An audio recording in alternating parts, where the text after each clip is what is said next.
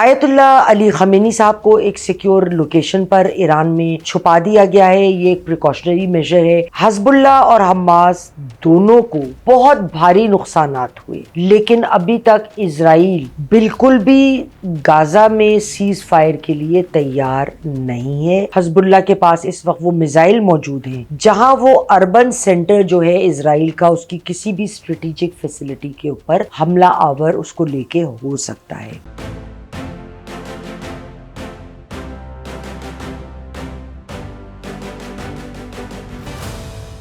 السلام علیکم خواتین و حضرات.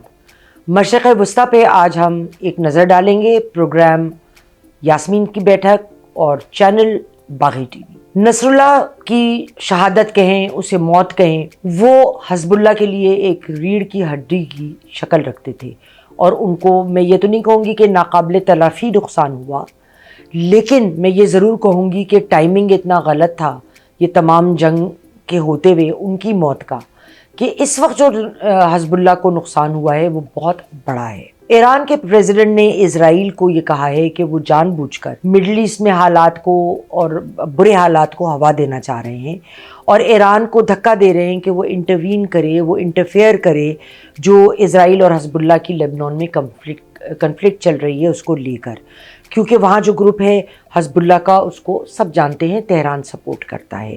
انہوں نے وارن کیا کہ اس کے نتائج بہت دورست ہوں گے اور خراب ہوں گے. آیت اللہ علی خامنئی صاحب کو ایک سیکیور لوکیشن پر ایران میں چھپا دیا گیا ہے. یہ ایک پریکاشنری میجر ہے جو نصر اللہ صاحب کے انتقال کے بعد، ان کے اوپر اٹیک کے بعد لینا مناسب سمجھا گیا. جو کلیشز ہوئے ہیں حزب اللہ اور اسرائیل کے درمیان، وہ ایک ڈیپر پاور سٹرگل کے اوپر اشارہ کرتا ہے جو اسرائیل اور ایران کے درمیان ہے. تہران کا مقصد ایک ملٹری نیٹ ورک اسٹیبلش کرنا تھا جس پہ وہ بڑے عرصے سے کام کر رہا ہے. اور یہ نیٹ ورک کدھر اسٹیبلش کرنا ہے؟ غزہ، عراق، سیریا، لیبنان، یمن. اس سے ایک نئی اسٹریٹجک ریالٹی، ایک نیا بیس اسرائیل کے لیے کریٹ ہو جاتا. ظاہر ہے اسرائیل یہ تو نہیں چاہے گا، اور اس نے ایگریسو ملٹری ٹیکٹکس کا استعمال کیا ہے ایران کا ایک یہ نیا نیکسس بنانے کی کوشش میں، اور بہت زیادہ اٹیکس بھی کیے ہیں انہوں نے، اور اس سائڈ سے بھی اس سائڈ سے بھی، لیکن ایک ڈیسائسو وکٹری کسی کو نہیں ملی. لیکن اس کا خمیازہ عام عوام نے دونوں طرف سے اپنی جانیں اور مال کے نقصان سے ضرور ادا کیا ہے، اور بے حساب لوگ ڈسپلیس بھی ہوئے ہیں. جہاں پہ گروپس جو لوئل ہیں ایران کے ساتھ، انہوں نے اسرائیل پر عراق اور یمن سے اٹیک کیا ہے، اور جو مین کنفلکٹ زون لیکن وہ ہے وہ غزہ اور لیبنان ہے، جہاں پہ اسرائیل حماس اور حزب اللہ کے خلاف جنگ کر رہا ہے. حزب اللہ اور حماس دونوں کو بہت بھاری نقصانات ہوئے، لیکن ابھی تک اسرائیل بالکل بھی غزہ میں سیز فائر کے لیے تیار نہیں ہے، اور چاہے اس سے ایک بہت بڑی بنیاد پر جنگ کیوں نہ چھڑ جائے. اس کی سب سے بڑی وجہ میں نے پہلے بھی اپنے آرٹیکلز میں لکھا، اپنے بلاگز میں لکھا اور اس بات کا تذکرہ کیا، اور ابھی پھر کہنا ضروری سمجھتی ہوں کہ پرائم منسٹر نتانیاہو جو ہیں وہ بہت ریلکٹنٹ ہیں کہ ملٹری ایکشن کو روکا جائے، کیونکہ ان کی اپنی سیاسی سالمیت اس وقت اس بات پر ڈپینڈ کر رہی ہے جب تک جنگ چلتی رہے. ان کی پولیٹیکل سروائیول کا انحصار اس پہ ہے، اور وہ اس جنگ کو، اس تناؤ کو اپنے ذاتی مفاد کے لیے ایکسپلوئٹ کر رہے ہیں.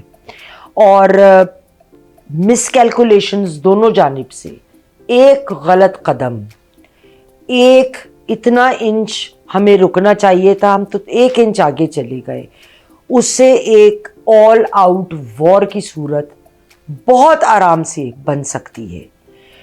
ایک بات جو اور ضروری ہے کہ یو ایس کی جب تک سپورٹ نہ ہوتی اسرائیل کو، ان کے جنگ میں ان کو مشینری، ان کو ایمونیشن وغیرہ نہ دے رہا ہوتا امریکہ، تو اسرائیل کے لیے اتنے لمبے سسٹین کرنا اس جنگ کا بڑا مشکل تھا. لیکن ڈپلومیٹک انگیجمنٹ اس وقت یو ایس نہیں کر سکتا. ہم یو ایس سے اس وقت ان کے لیے بھی ٹائمنگ غلط ہے. ہم یہ نہیں ایکسپیکٹ کر سکتے کہ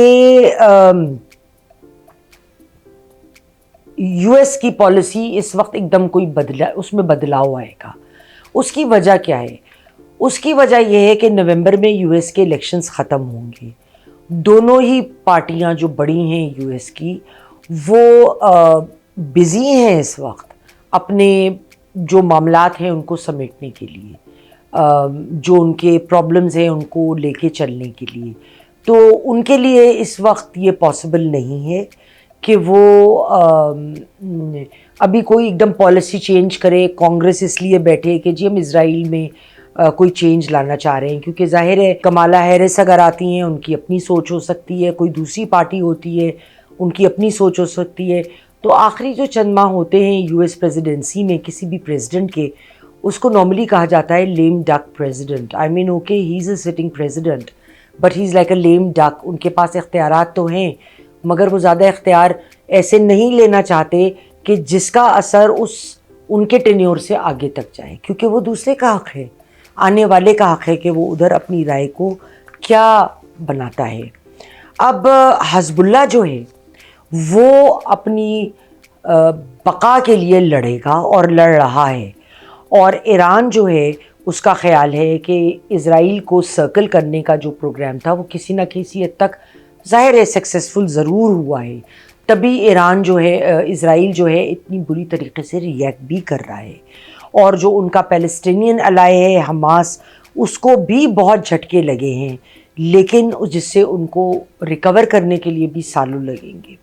حزب اللہ جو ہے اس نے بہت زیادہ اپنے سیاسی اور ملٹری لیڈران اس جنگ میں کھو دیے ہیں, اور جو لوگ ہیں وہ ملنے سے بھی آپس میں ڈرتے ہیں کہ کہیں انفارمیشن چلی جائے کہ اس جگہ ان کی میٹنگ ہے, کوئی وہاں سٹرائک ہو اور رہی صحیح لیڈرشپ بھی تہس نہس ہو جائے.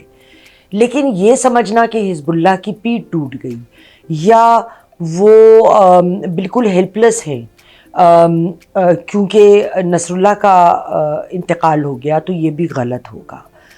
حزب اللہ ڈس اورینٹڈ ضرور ہے, فریجائل ہے, اور نصر اللہ کی موت اس وقت ان کے لیے بہت ایک کاری بجلی کی طرح ان کے اوپر گری ہے. لیکن اس کے علاوہ حزب اللہ اس سے ریکور کر پائے گا یا نہیں, اور کتنے جلد کر پائے گا, کیونکہ جنگ تو ان کے لیے نہیں رکے گی, اور اسرائیل اس بات کا بہت فائدہ اٹھائے گا کہ جو ایک مینار تھا حزب اللہ کا وہ ڈھہ چکا ہے. تو وہ ان کو سانس لینے کا موقع نہیں امریکہ دے گا کہ وہ ریکور کریں اور پھر وہ آگے اور اٹیکس کریں گے, کیونکہ جب دشمن کمزور ہوتا ہے تو اس کی کمزوری پہ اٹیک کیا جاتا ہے, اس کے طاقتور بننے کا انتظار نہیں کیا جاتا. لیکن حزب اللہ کے پاس اس وقت وہ میزائل موجود ہیں جہاں وہ اربن سینٹر جو ہے اسرائیل کا, اس کی کسی بھی اسٹریٹجک فیسلٹی کے اوپر حملہ آور اس کو لے کے ہو سکتا ہے. لیکن یہ کون آرڈر دے گا, اس کے لاجسٹکس کون ہینڈل کرے گا, کیونکہ یہ تو نصر اللہ کرتے تھے. آئی ایم شور ان کے پیچھے کوئی نہ کوئی ایسا ہوگا, کوئی ایسا اسٹرکچر ہوگا جو ان معاملات کو ہینڈل کر سکے. کہیں یہ پی ٹی آئی کی طرح عمران خان کی پارٹی تو نہیں ہے کہ ایک نہیں, خان نہیں تو پاکستان نہیں. تو خواتین و حضرات, جیسے جیسے مشرق وسطیٰ کی خوفناک صورتحالات, اللہ کرے معاملات سمٹ جائیں, لیکن جیسے جیسے حالات آگے ڈیولپ ہوں گے ہم ویسے ویسے ریسنٹ حالات آپ کے سامنے لاتے رہیں گے. اگلے پروگرام تک کے لیے خدا حافظ.